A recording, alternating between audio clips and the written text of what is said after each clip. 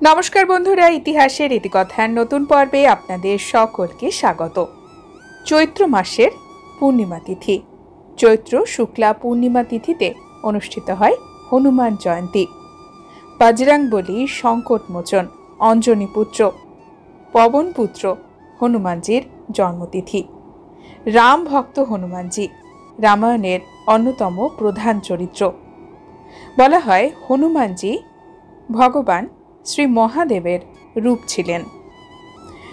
আজকের পর্বে যে বিষয়টি জানব সেটি হলো হনুমান জয়ন্তী উৎসব, অর্থাৎ হনুমানজির জন্মতিথি উপলক্ষে যারা হনুমানজির পুজো করবেন অথবা যারা প্রত্যেক শনি এবং মঙ্গলবারে হনুমানজির অর্চনা করেন। মোট কথা বলতে গেলে হনুমানজির পুজো করলে হনুমানজির পুজোর জন্য আমরা কিভাবে উপোস রাখব, কতক্ষণ উপোস রাখতে হয় এবং উপোস ভাঙার পরে আমরা কি গ্রহণ করব, কোন খাবারগুলো গ্রহণ করব, কোন খাবারগুলো বর্জন করব। এছাড়াও জানব যারা নির্জলা উপোস করতে পারবেন না তারা কিভাবে হনুমানজির ব্রত করবেন, পুজো সম্পন্ন করবেন। আসুন জেনে নিই আজকের পর্ব থেকে। বন্ধুরা, হনুমানজির অর্চনা নারী পুরুষ উভয়ই করতে পারে। যাদের জন্মছকে শনিদেবের খারাপ প্রভাব রয়েছে, 7.5 চলছে, শনির দশা, অন্তর্দশা, মহাদশা চলছে, তারা হনুমানজির অর্চনা করতে পারেন। শনিদেবের খারাপ প্রভাব থেকে আপনারা বাঁচবেন প্রত্যেক শনিবারে। অন্যদিকে যাদের জন্মছকে রয়েছে মাঙ্গলিক দোষ, মঙ্গলের খারাপ দশা চলছে, তারাও কিন্তু হনুমানজির অর্চনা করুন প্রত্যেক মঙ্গলবারে। বলা হয় হনুমানজির অর্চনা করলে মঙ্গলের খারাপ প্রভাব থেকে আমরা বাঁচি, মাঙ্গলিক দোষ খণ্ডিত হয়।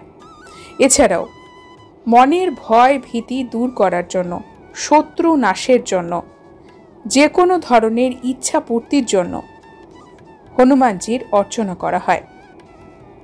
ঘরের সুখ শান্তি সমৃদ্ধির জন্য এবং অনেক সময় খারাপ নজর থেকে বাঁচার জন্য হনুমানজির অর্চনা করতে বলা হয়। যারা হনুমান জয়ন্তীতে হনুমানজির অর্চনা করবেন তারা পুজোর আগের দিনে নিরামিষ আহার গ্রহণ করবেন অবশ্যই।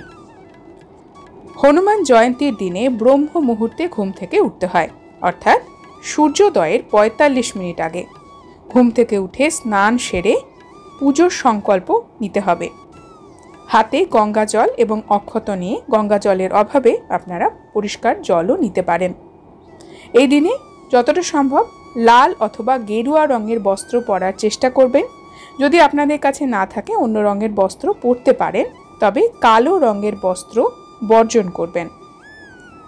আপনারা পুজো মন্দিরেও করতে পারেন, বাড়িতে যদি হনুমানজির ছবি বা মূর্তি থাকে সেখানেও পুজো করতে পারেন।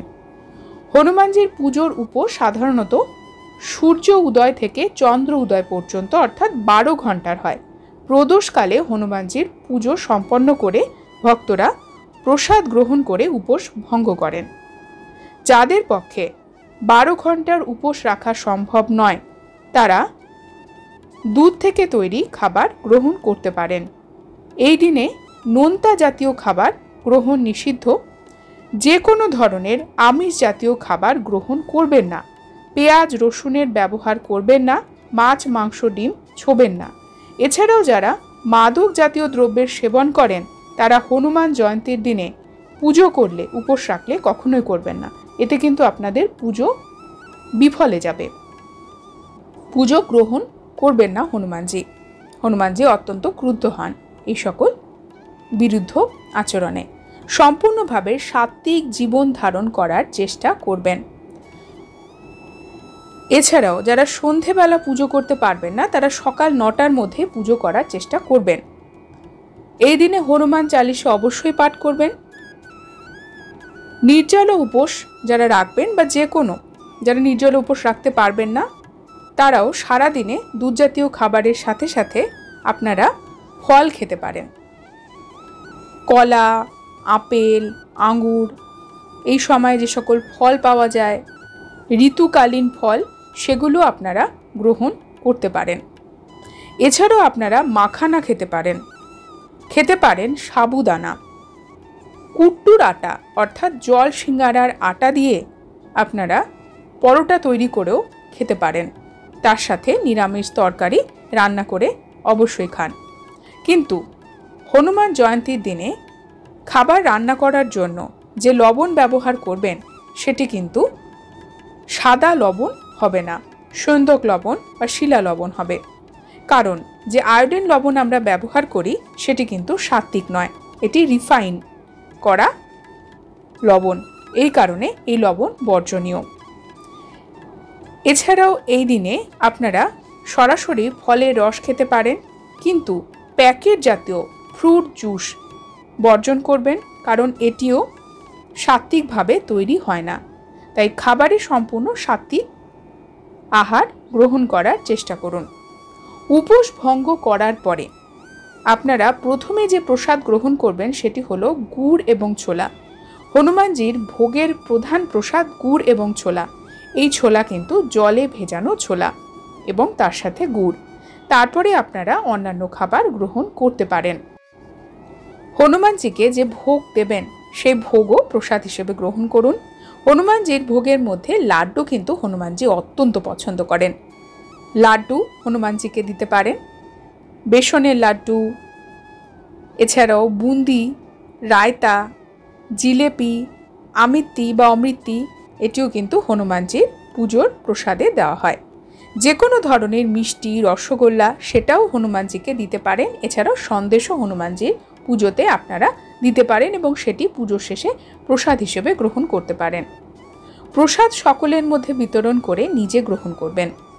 হনুমানজির পুজো অত্যন্ত গুরুত্বপূর্ণ একটি পুজো সনাতন হিন্দু ধর্মে। তাই যখন পুজো করছেন, উপোস রাখছেন, সম্পূর্ণভাবে সাত্ত্বিক জীবনধারণের মাধ্যমে এই দিনটি উদযাপন করুন। এবং আপনার যদি কোনো বিশেষ মনস্কামনা থাকে সেটিও হনুমানজিকে অবশ্যই জানান।